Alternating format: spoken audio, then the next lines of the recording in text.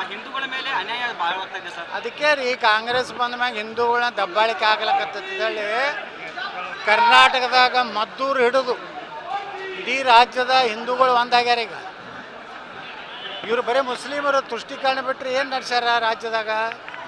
ಅವರಿಗೆ ರಿಸರ್ವೇಷನ್ ಕೊಟ್ಟರು, ಕಾಂಟ್ರಾಕ್ಟ್ ಒಳಗೆ ರಿಸರ್ವೇಷನ್ ಕೊಟ್ಟರು.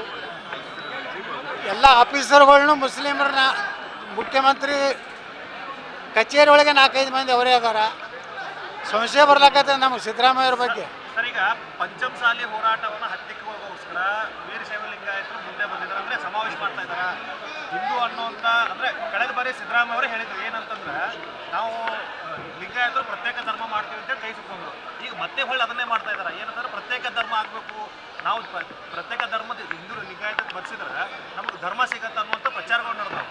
ಹಿಂದೂ ಬರೆಸ್ಬೇಡ್ರಿ, ಈ ಸಲ ಪೂರ್ತಿ ಸಾಫ್ ಆಗ್ತಾರೆ ಅಷ್ಟೇ. ಹಿಂದೂ ಬರೆಸ್ಬೇಡ್ರಿ, ನಮ್ಮ ಹಿಂದೂ ಅಂತ ಬರೆಸ್ರಿ. ನಾವಂತರೂ ಹಿಂದೂ ಅಂದ್ರೆ ಮೀಸಲಾತಿ ಸಿಗ್ತೈತಿ, ಲಿಂಗಾಯತ ಅಂದ್ರೆ ಸಿಗುವುದಿಲ್ಲ. ಲಿಂಗಾಯತ ಜಾತಿ ಅಂತ ಕನ್ಸಿಡರೇಷನ್ ಐತಿ ಸರ್. ಹಿಂದೂ ಲಿಂಗಾಯತ ಬರ್ಸಿದ್ರೆ ಧರ್ಮದ ಹೋರಾಟಕ್ಕೆ ಏನ್ರಿ ಹಿನ್ನಡೆ ಆಗತ್ತೆ ಸರ್? ಯಾವುದಕ್ಕೆ ಈಗೇನು